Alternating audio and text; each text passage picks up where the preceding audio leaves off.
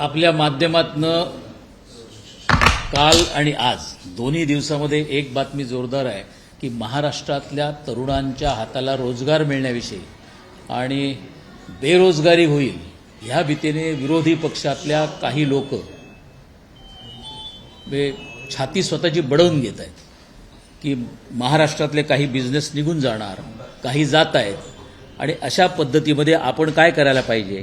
तर मला वाटतं टाटा एअरबसच्या प्रोजेक्टच्या संदर्भात महाराष्ट्र राज्याचे उद्योग मंत्री सन्माननीय उदय सामंत हे थोड्याच वेळात आपल्यासमोरच टेक्निकली सर्व गोष्टी मांडणार आहेत. रिपिटेशन होऊ नये म्हणून मी एवढंच फक्त सांगेन की या प्रोजेक्टच्या संदर्भामधला सामंजस्य करार कधी झाला, तो इम्प्लिमेंटेशन करण्यासाठी कधी आला. आज जर परिस्थिती अशी असेल की आपल्याकडे पंतप्रधान 30 ऑक्टोबरला भूमिपूजनासाठी जर जाणार असतील तर माझ्या अंदाजे किंवा माझ्या नॉलेजप्रमाणे पंतप्रधानांचा कुठचाही कार्यक्रम हा 3-4 महिने अगोदर ठरत असावा. पण मघाशी काही आपल्या चॅनलवरनं मी बघितलं, माजी उद्योग मंत्री सुभाष देसाई साहेब म्हणत होते की आजची दिवस हा आम्ही कालचा आणि आजचा दिवस हा आम्ही ठरवलेला नाही आहे.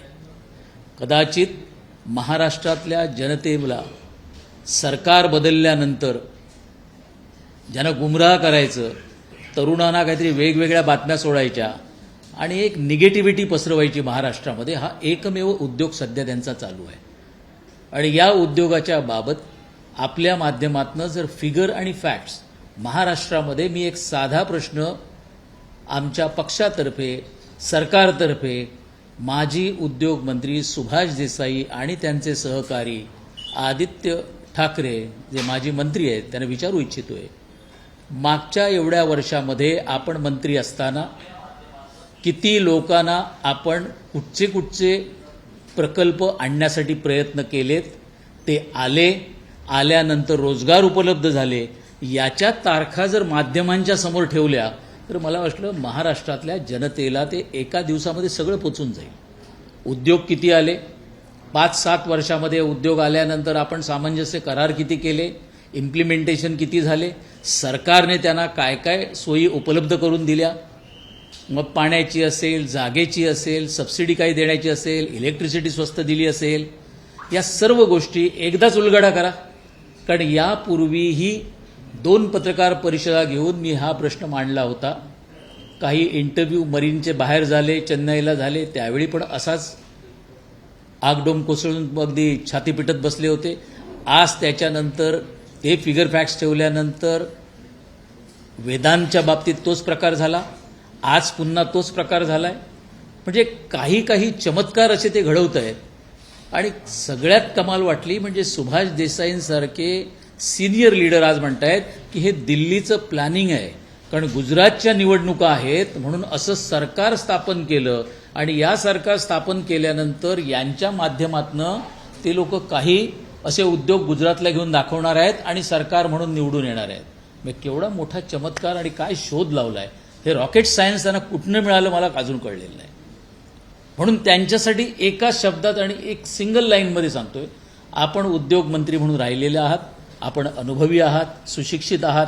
आपण मागच्या एवढ्या वर्षामध्ये उद्योग मंत्री म्हणून असताना किती उद्योग आपण महाराष्ट्रात आणले आणि किती त्याच्यातनं रोजगार उपलब्ध झाला, हे फिगर आणि फॅक्ट्स आपण समोर ठेवा, म्हणजे आम्हालाही त्याच्यावर अभ्यास करता येईल. त्यामध्ये एक गोष्ट नेहमीचीच जी दिसून आली आहे ती म्हणजे असलेले नवीन रोजगार आणण्यासाठी प्रयत्न. नंबर 2, जे आहेत इकडे प्रकल्प किंवा कंपन्या त्यांना जगवणं आणि जे बेरोजगार झाले असतील तर त्यांना त्यांचे हक्क मिळवून देणं. ह्याच्यातलं मी एक उदाहरण आपल्यासमोर मांडू इच्छितोय, ते म्हणजे जेट एअरवेजचं. जेट एअरवेज ही 2019ला शेवटचं फ्लाईट गेलं आणि एअरलाईन बंद करण्यात आली. NCLTमध्ये याच्या ॲप्लिकेशन झाल्या, NCLTने त्यांचे निर्णय 2 वर्षामध्ये घेतले आणि अशा पद्धतीने चालू केलं की त्यांच्याकडे जे कॉन्ट्रॅक्टर्स होते किंवा त्यांच्या प्रॉडक्टमध्ये जे पैसे देणं होतं त्याची फक्त काळजी घेण्यात आली, पण 27,000 एम्प्लॉईज ऑल इंडियाला जे काम करत होते पण ही मुंबई बेस्ड कंपनी होती, पण त्यांना कुठचीही ग्रॅच्युटी मिळण्याविषयी त्याच्यामध्ये अरेंजमेंट केलेली नव्हती. मी त्या असोसिएशनचा 22 वर्ष अध्यक्ष राहिल्यामुळे NCLTला ॲप्लिकेशन्स केल्या, NCLATला आम्ही ती ॲप्लिकेशन केली, आणि आपल्याला एक सांगेन की ब्रीफ जजमेंट ही 21 ऑक्टोबर 2022ला ॲपिलेट ऑथॉरिटीने आम्हाला दिली. त्यामध्ये 350 कोटी ग्रॅच्युटी ही जेट एअरवेजच्या एम्प्लॉईजना द्यावी लागेल, अशा पद्धतीचं एक ब्रीफ जजमेंट आम्हाला मिळालं आहे. मी हा मुद्दा आपल्यासमोर यासाठी मांडला आहे, जेट एअरवेज बंद होण्याची कारणं असंख्य असतील, पण जे काम करत होते, ज्यांनी आपल्या आयुष्यातली 20-20, 25-25 वर्ष त्या कंपनीत काम केलं, त्यांचा जो फंडामेंटल राईट आहे, ज्याला PF आणि ग्रॅच्युटी तरी ह्या देशामध्ये फंडामेंटल राईट म्हणून मिळाली पाहिजे, तर ती पण मिळत नव्हती. आणि त्यासाठी प्रयत्न केल्यानंतर हे आम्हाला चांगला कामगारांच्या बाजूने एक निर्णय मिळाला, आणि हा निर्णय इम्प्लिमेंट थोड्याच दिवसात केला जाईल. पण याच्याच अगेन्स्ट ज्यामध्ये जे सांगतात बेरोजगारांविषयी सन्माननीय चिरंजीव आदित्य ठाकरे जे काय बोलत आहेत, त्यांच्याविषयी मला असं वाटतंय की त्यांच्याकडे असलेली एक कंपनी कंबाटा म्हणून आहे, 2016ला बंद झाली आहे. वय वर्ष 50पेक्षा ऑन ॲन ॲव्हरेज सगळ्या एम्प्लॉईजची आहेत. 3,500 एम्प्लॉईजसाठी आपण कुठच्या कोर्टात काय ॲप्लिकेशन केली? त्यांना PF तरी मिळाला आहे का? त्यांना ग्रॅच्युटी मिळाली आहे का? त्यांना ग्रॅच्युटी मिळण्यासाठी आपण काय प्रयत्न केलेत का? कारण युनियन आपलीच आहे. आपण बेरोजगारांविषयी एवढं विचारताय, पण ज्यांचा रोजगार होता तो आपल्या सरकारच्या काळात गेलाय, त्यांना त्यांचा हक्क तरी आपण मिळवून देण्यासाठी काय केलंय का? याचा उलगडा त्यांनी करावा. किंगफिशर एअरलाईन बंद झाली, त्याचे पण एम्प्लॉईज हे पण शिवसेनेकडे होते, त्यांनाही कुठचाही मोबदला न मिळता आजही त्यांना तुम्ही रस्त्यावर सोडून दिलेत. अशा असंख्य मला देता येतील उदाहरणं की ज्याच्यामध्ये ज्यांचा रोजगार काही वेगळ्या कारणामुळे गेला असेल, कंपनी लॉस गेल्यामुळे गेला असेल, पण त्यांना त्यांचा हक्क मिळवून देण्यासाठी आपली युनियन काय करते आणि त्यांच्यासाठी काय काय केलंय, जसं मी आपल्यासमोर आज मांडले. शिवसेना प्रमुख हिंदुहृदय सम्राट बाळासाहेब ठाकरे असताना कुवेट एअरवेज ही अशीच बंद करण्यात आली. पण मला आवर्जून आपल्यासमोर सांगावं लागेल की कुवेट एअरवेज बंद झाल्यानंतर शिवसेना प्रमुखांनी कुठचाही अवधी न घेता 1 दिवसामध्ये सुरेश प्रभू जेव्हा केंद्रामध्ये मंत्री होते त्यावेळी मला त्यांच्या कमिटीबरोबर पाठवलं आणि एका दिवसामध्ये 6 केंद्रीय मंत्र्यांची आमची बैठक करून देण्यात आली. आणि त्याबाबत शरद यादव असतील, यशवंत सिन्हाजी असतील, या सर्वांच्या बैठका झाल्या आणि प्रत्येक कामगाराला कुवेट एअरवेजचा कसा पैसा आणि मोबदला मिळेल यासाठी स्वतः शिवसेना प्रमुखांनी मॉनिटर करून त्यांना मिळवून दिला. काही उदाहरणं अशी पण आहेत, काही उदाहरणं जेटची सांगितली अशी पण आहेत. जेट एअरवेजच्या एम्प्लॉईजना 350 कोटी आज जे मिळतील, याचं सर्वश्री श्रेय जर कोणाचं असेल तर या राज्याचे लोकप्रिय मुख्यमंत्री एकनाथजी शिंदे साहेबांचं मार्गदर्शन, त्यांनी दिलेली मदत, त्यामुळे आम्ही हे करू शकलो, हे मी आपल्यासमोर एक स्पष्ट करतोय. पण एखाद्यावर फक्त आरोप करायचा आणि ते आरोप केल्यानंतर आपण कामगारांना त्यातला काही हक्क मिळवून द्यायचा नाही, अशी आतापर्यंतची त्यांची जी पद्धत झालेली आहे, त्या पद्धतीवर अनेक उदाहरणं अशी कंपन्यांची देता येतील. कंपन्या बंद झाल्यात आणि कामगारांना आपण 20-25 वर्ष काम केल्यानंतर त्याचा मोबदलाही मिळाला नाही. कालच त्यांच्या एका वाक्यामधनं आलं की एक बल्क ड्रग्ज प्रकल्प हे बाहेर जातात, गुजरातला गेलेले नाही आहेत. हा अज्ञानीपणा आहे. बल्क ड्रग्ज गेलेले आहेत ते आंध्र प्रदेश, गुजरात आणि हिमाचल प्रदेशला जाणार आहेत. पण बल्क ड्रग्ज जायच्या पूर्वी मी एक आठवण करून देऊ इच्छितो. या मुंबईमध्ये 22 मल्टीनॅशनल फार्मास्युटिकल कंपन्या होत्या, ज्याच्यामध्ये युनिकेम असेल, ज्याच्यामध्ये ग्लॅक्सो असेल, ज्याच्यामध्ये सिबा गायगी होती. या कंपन्या हायली पेड ज्याला आपण म्हणतो, जास्त पगार मिळणाऱ्या कंपन्या होत्या. या कंपन्या हिमाचलला जाण्याची कारणं काय? आणि जेव्हा गेली तेव्हा सरकार कोणाचं होतं? तुम्ही नवीन प्रकल्प आणू नका किंवा आणणं तुम्हाला जमलं पण नाही आहे, पण जे तुमच्याकडे होतं ते बाहेर जेव्हा मुंबईमधनं आणि महाराष्ट्रातनं गेलं, त्याच्यावर तुम्ही कोणाचे उत्तर देणार आहात की नाही देणार आहात? या जनतेला तुम्हाला स्पष्ट करावं लागेल की हे प्रकल्प मोठ्या कंपन्या गेला, ह्याला जबाबदार कोण? आणि जबाबदारी जर असेल तर त्याच्या मोबदल्यात तुम्हाला काहीतरी मिळालंय का? ही परिस्थिती म्हणजे अशी आहे की एअरपोर्ट होत असताना एअरपोर्टचा विस्तार झाला पाहिजे, एअरपोर्ट चांगलं बनलं पाहिजे म्हणून 600 झाडांची कत्तल करण्यात आली. मुंबई महानगरपालिकेने 600 झाडं कापण्याची परवानगी दिली आणि त्याच्या मोबदल्यात लागली किती? तर 200 ते 250. म्हणजे एकीकडे प्रकल्प असलेले त्यांना ठेवायचे नाहीत, त्यांना कुठच्याही फॅसिलिटीज द्यायच्या नाहीत. तुम्ही काय वाट बघत होतात का की शिंदे सरकार, शिंदे मुख्यमंत्री कधी होणार? आणि त्यांना डिझेलचे 5 रुपये त्यांनी कमी करून दाखवले, पेट्रोलमधनं पर लिटर 3 रुपये कमी केले.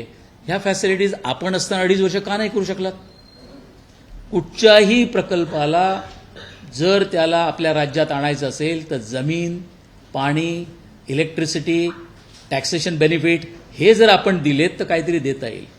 शिंदे साहेब आणि फडणवीस साहेब यांचं सरकार आल्यानंतर पहिलं पाऊल त्यांनी डिझेलमध्ये पर लिटर 5 रुपये कमी केल्यानंतर एक चांगला मेसेज इंडस्ट्रीजपर्यंत गेलाय की त्यांनी हे सरकार कुठेतरी एक पाऊल पुढे टाकतंय. आपल्या काळात हे का झालं नाही याचं पण आपण उत्तर द्यावं. आपल्याकडे ती संधी होती आणि आपण ती केलेली नाही आहेत. ज्यांनी ज्या गोष्टी केलेल्या आहेत इंडस्ट्री वाढवण्यासाठी त्या आपल्याला काही थोड्याच दिवसात ह्याच्यामधनं दिसून येतील. आणि याच बेरोजगाराबरोबर आपण प्रत्येक गोष्ट गुजरातला जाते म्हणून सांगताय. टाटा एअरबस असेल गुजरातला गेली, फॉक्सकॉनचं असेल गुजरातला जातंय, बल्क ड्रग असेल गुजरातला जातंय. आपल्याला खरोखरच गुजरातचा एवढा जर राग असेल तर मुंबई महानगरपालिका आपल्याकडे मागची 24 वर्ष आहे, त्यामधला प्रत्येक 80% कॉन्ट्रॅक्टर हा काम करणारा हा गुजराती कंपन्यांना दिला जातोय. हे देण्याचं कारण काय त्याच्या मागचं? काही कंपन्या ब्लॅकलिस्ट केल्या. मी आमदार असताना सभागृहामध्ये ही यादी वाचून दाखवलेली आहे की एवढ्या कंपन्या ब्लॅकलिस्टेड आहेत, काम करत नाहीत, पैसा घेऊन जातात, रस्त्यावर खड्डे तसेच आहेत आणि त्याच लोकांना पुन्हा पुन्हा आपण कामं देत आहे. या 80% ह्या गुजरातींची कंपनी असेल तर आपल्याला एवढं प्रेम त्यांच्यावर मागची 20 वर्ष का आहे? त्याच्यामध्ये कुठे काय टक्का, पर्सेंटेज असं काहीतरी अडकतंय का? ते पण तुमच्या समोर यायला पाहिजे या गोष्टी. म्हणजे अगदीच सांगायचं झालं तर कोविडच्या काळामध्ये मुंबई महानगरपालिकेतर्फे मास्क प्रोव्हाइड करण्यात आलं. कुठची कंपनी होती? त्याच्यानंतर पीपी किट देण्यात आले. हे पीपी किट कुठे बनवलेले होते? हे गुजरातच्याच कंपनीकडनं तुम्ही घेतलेत आणि ते पण जे 1 रुपयाला दिले असेल तिकडे 5 रुपये जास्त 5 रुपयाने वाटलेत. त्याच्यानंतर मृतदेह ठेवण्याची जी बॅग होती ती कितीला होती? मॅन्युफॅक्चररकडनं. आणि आपण कितीला दिलीत? ती कंपनी कुठची होती?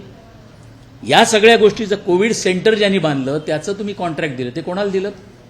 या सर्व गोष्टी ज्या आहेत तर गुजरातविषयी तुम्हाला एवढाच जर हेट्रेट आहे तर मग हा आपल्या हातात असलेला बिझनेस तुम्ही त्यांना देऊन काय काय मिळवलं? म्हणजे त्याच्यामध्ये बीएमसीची एक आश्रय योजना होती. त्या कर्मचाऱ्यांना घरं बांधून देण्यासाठी आश्रय योजना ही फार मोठी होती. या आश्रय योजनेमध्ये शिर्केंसारखे एक मराठी कॉन्ट्रॅक्टर होते जे म्हाडासाठी आणि इतर सरकारी याच्यासाठी काम करतात. त्यांना तुम्ही बाजूला ठेवलं आणि एका दुसऱ्या गुजराती कंपनी दिलं.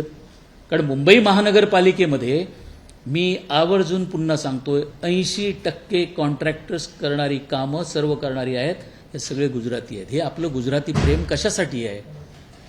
आणि मग प्रत्येक प्रकल्प गुजरातला गेला तर तुम्ही त्या स्टेटविषयी बोलताय. म्हणजे विरोधाभास असा आहे की लोकांना आपला फायदा असेल तर चांगलं बोलायचं, काहीतरी त्या लोकांना बदनाम करण्या. शिंदे साहेबांनी जे काम करतायत त्यांना बदनाम करण्यासाठी वेगवेगळी कारणं काढायची आणि लोकांसमोर चुकीच्या बातम्या पसरवण्याचं काम हे विरोधी पक्षाकडनं होत आहे. आणि हे लाजिरवाणा प्रकार आहे. विरोधी पक्ष हा जर पुष्कळ वर्ष मागचा जर विरोधातच असता तर कळलं असतं. तुम्ही सरकारमध्ये होतात, सरकारमध्ये असताना काही गोष्टी आपल्या हातातून चुका झालेल्या आहेत. आपल्या चुका लपवण्यासाठी तुम्ही त्यांचं नाव घेता आणि खोटे फिगर फॅक्ट्स माध्यमांसमोर मांडताय. ही गोष्ट भविष्यात पुन्हा होऊ नये. त्याचबरोबर मुख्यमंत्री काम करत असताना मुख्यमंत्र्यांच्या विषयी काही माध्यमाद्वारे म्हणजे सोशल मीडियावर पण काही रील्स बनवले जात आहेत. काही त्यांच्याबाबत त्यांच्यासारखी व्यक्तिमत्व दाखवून काहीतरी वेगळे डान्स करताना आणि हे दाखवतात. माझं आपल्या माध्यमातून त्यांना एक सांगणं आहे, आमच्या पक्षाचं जे पदाधिकारी त्याच्यावर काम करतायत त्या एजन्सीवर. त्याचबरोबर आम्ही आमच्याकडनं सायबर सेलसाठी पण सांगितलं आहे, आम्हाला मोहरे त्याच्यातले नको, आम्हाला जो मेन माणूस आहे जे करायला लावतोय त्याचा थोड्याच दिवसात त्याबाबत छडा लावला जाईल. हे कुठेतरी एका ऑफिसला बसायचं आणि बदनाम करण्यासाठी सोशल मीडियावर काहीतरी सोडत राहायचं, हे सहन जास्त दिवस केलं जाणार नाही. लोकप्रियता कशी असावी, मगाशी एका चॅनलवर मी बघितलं की ते म्हणतायत की मुख्यमंत्री हे आमचे गोविंदासाठी आणि ह्याच्यासाठी बाहेर फिरतात. हो, खरं आहे, गोविंदासाठी ते गेले होते. तरुणांना जर तुम्हाला आकर्षित करायचं असेल तर त्यांच्यामध्ये तुम्हाला जावं लागतं. हे दुर्दैव आहे. आदित्य ठाकरे तरुण आहेत, त्यांच्याकडे तरुणाई येत नाही, पण शिंदेसाहेब जर मुख्यमंत्री झाल्यानंतर गोविंदाला गेल्यानंतर त्यांची गर्दी होते आणि त्यांच्याकडे तरुण लोक आकर्षित होत आहेत. हे एक विलक्षण आहे. याबाबत विचार करण्यासारखं आहे. त्यांनी स्वतःहून विचार करायला पाहिजे की ज्या ठिकाणी मुख्यमंत्री शिंदेसाहेब जातात त्यांची पॉप्युलॅरिटी, लोकप्रियता वाढते आणि तुमची मात्र ती घसरत चाललेली आहे. घसरत चाललेली आपली लोकप्रियता तिकडेच थांबवा. अन्यथा आता जे प्रश्न विचारले त्याचे फिगर आणि फॅक्ट्स तरी आमच्यासमोर, जनतेसमोर, महाराष्ट्रासमोर येतील आणि आपण त्यांच्यासमोर मांडाल अशी मी अपेक्षा करतो.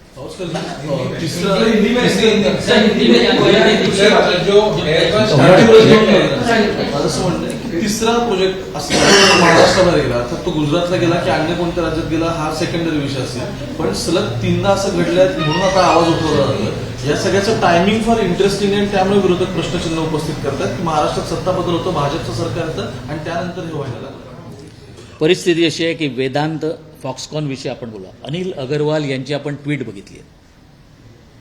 जर एखादी व्यक्ती, चेअरमन, त्या प्रोजेक्टचे मालक, ते जर आपल्याला सांगत असेल मी या कारणामुळे गुजरातला गेलोय, त्यांनी कुठचं राज्य निवडावं हा त्यांचा चॉईस आहे.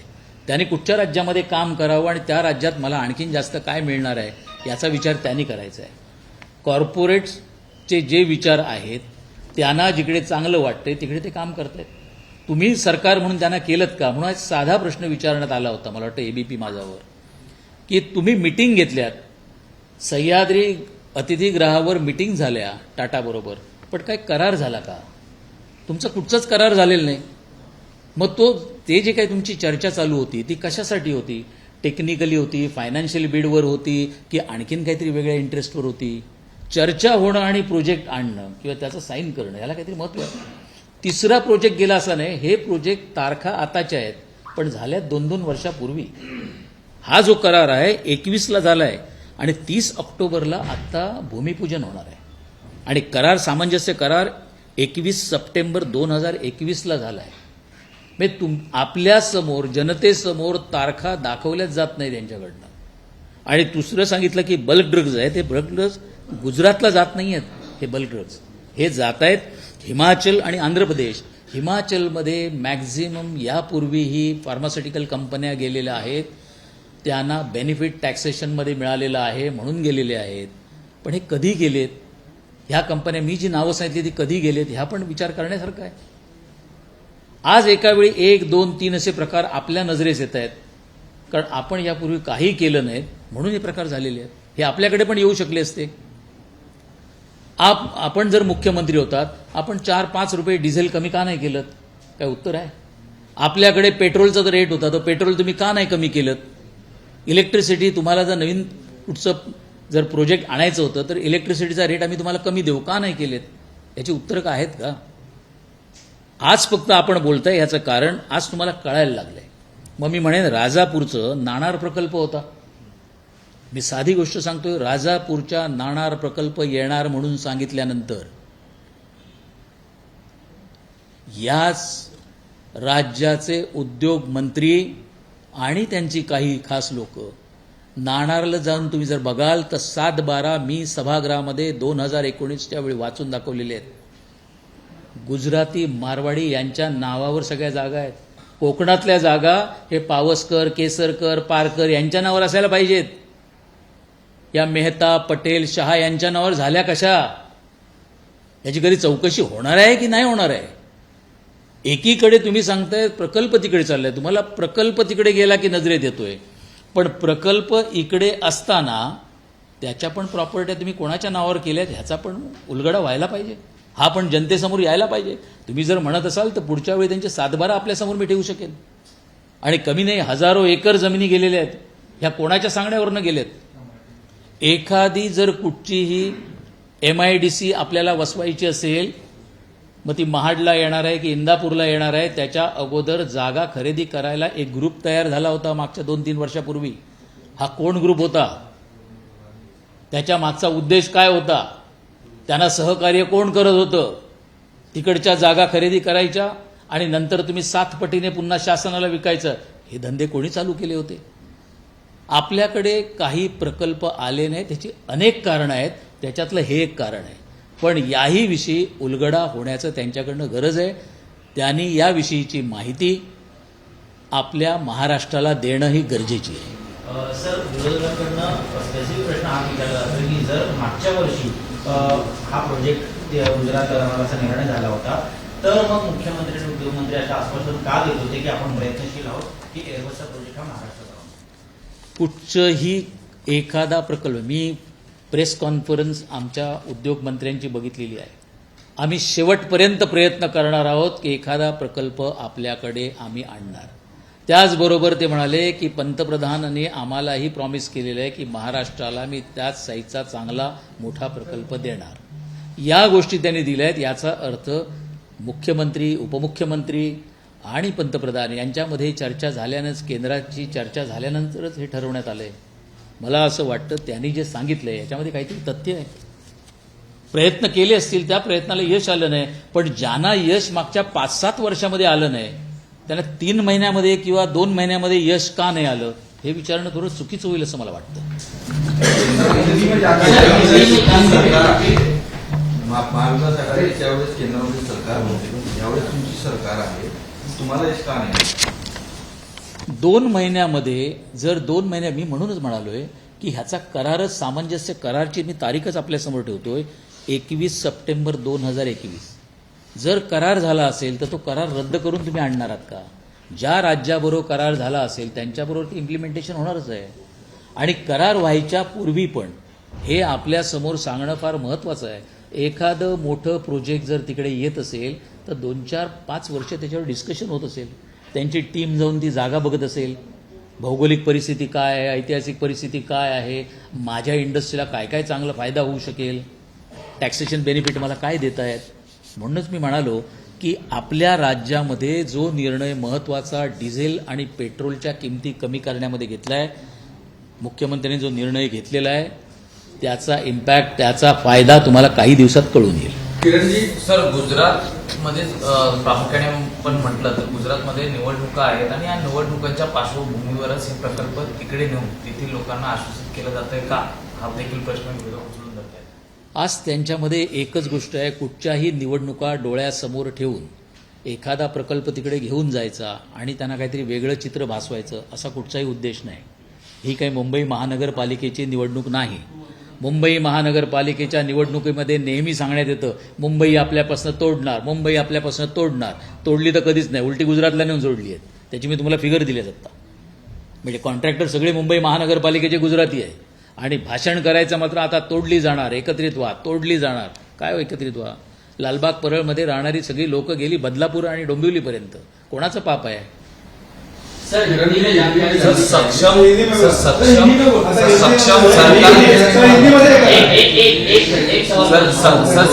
सरकार नव्हतं म्हणून हे प्रकल्प परत जात आहेत का? सक्षम सरकार नसल्यामुळेही आणि त्याचबरोबर शासनाची काही ध्येय धोरणं बरोबर नसल्यामुळे हे प्रकल्प चाललेले आहेत. याचं कारण मी मागे बॉलिवूडविषयी पण बोललो होतो. आपण त्यांना इन्फ्रास्ट्रक्चर दिलं तर ते आपल्याकडे काम करू शकतील.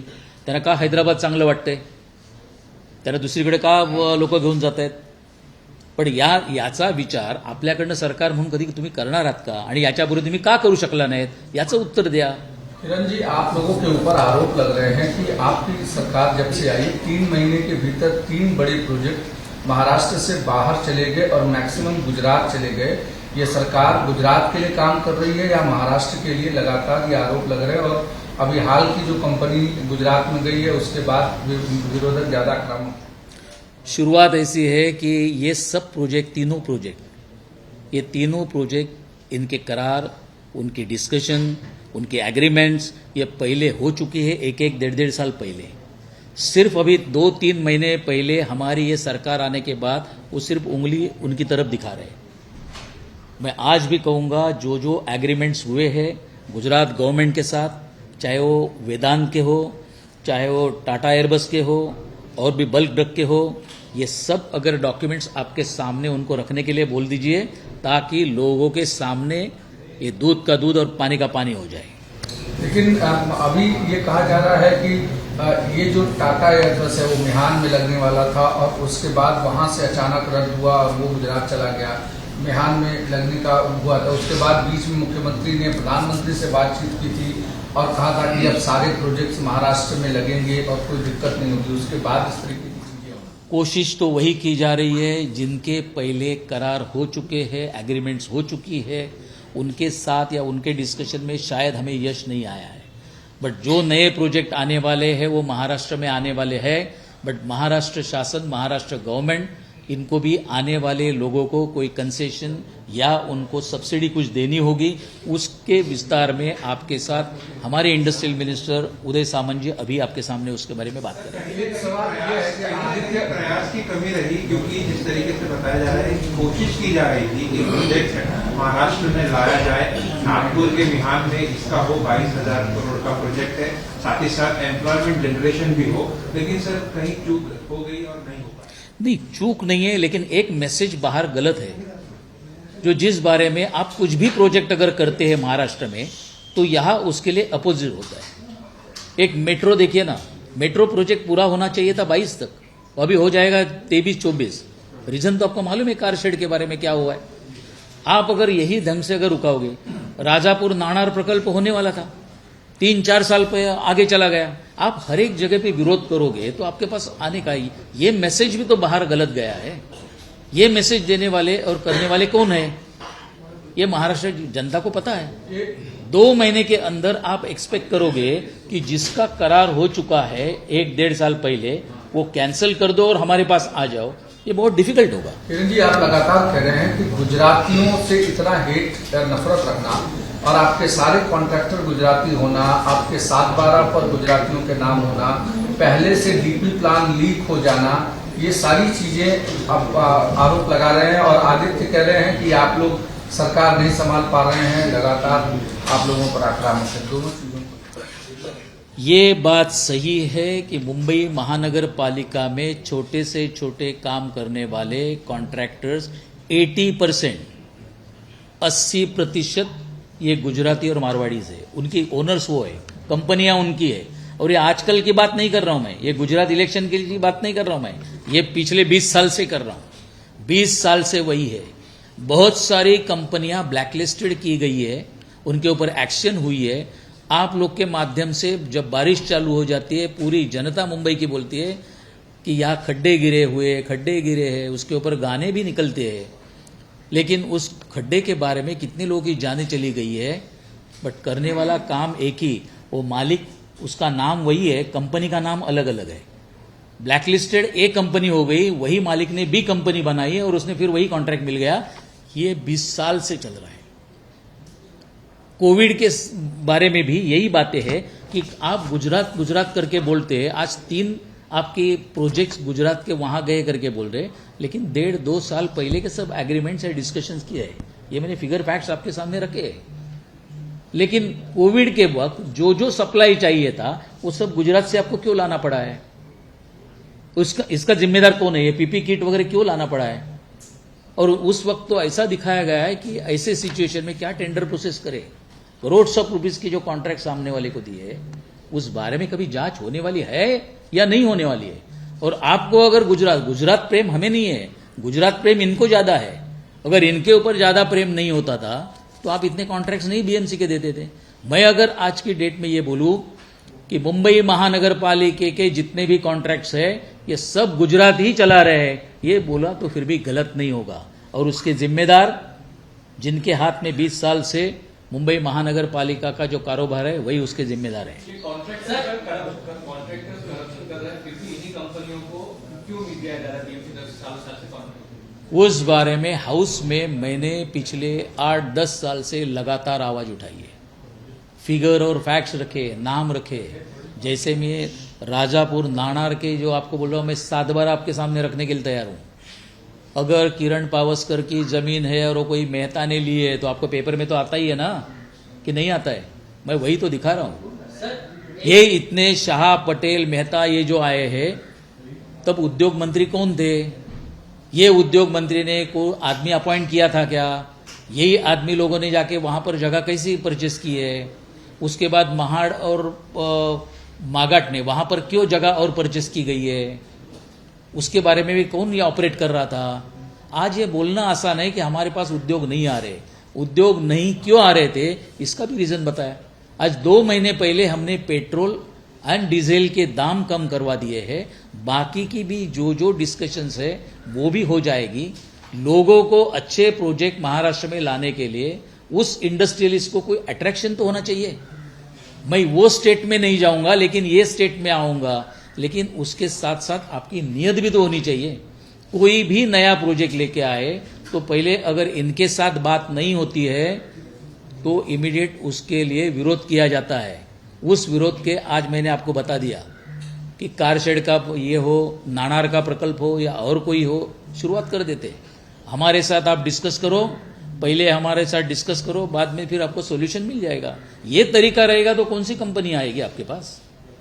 मैं इसके लिए दूसरा रास्ता आपको बताया कि जो कंपनियां हैं, मुंबई सिटी को आर्थिक राजधानी का दर्जा देने वाले जो भी एम्प्लॉयज है जिन्होंने काम किया है, चाहे वो फार्मास्यूटिकल हो या हमारे गिरणी कामगार हो, उनका स्टेटस निकाल के लेने वाले कौन है? किसके हाथ थे तभी? और ये अगर जाओगे तो आपको पता लगेगा इनके साथ, अभी ये तो सब साथ में होके काम कर रहे, कांग्रेस और इनके साथ जब काम कर रहे, यहां की टेक्सटाइल पूरी लेके जाने वाली कौन? कांग्रेस ही थी। आज वो आपके साथ बैठ के काम कर रहे, तो वही होने वाला है। और बाद में कुछ भी नहीं है आपके पास आंसर है, इसके लिए बोलते। बट आपके माध्यम से इतना बोलूंगा कि जो पिछले 5-7 साल में उद्योग आए हैं, आपने जितने करार किए हैं, क्योंकि सम्माननीय सुभाष देसाई साहब आज बोल रहे थे टीवी पे, हमने बहुत सारे करार किए, बहुत सारे मीटिंग किए।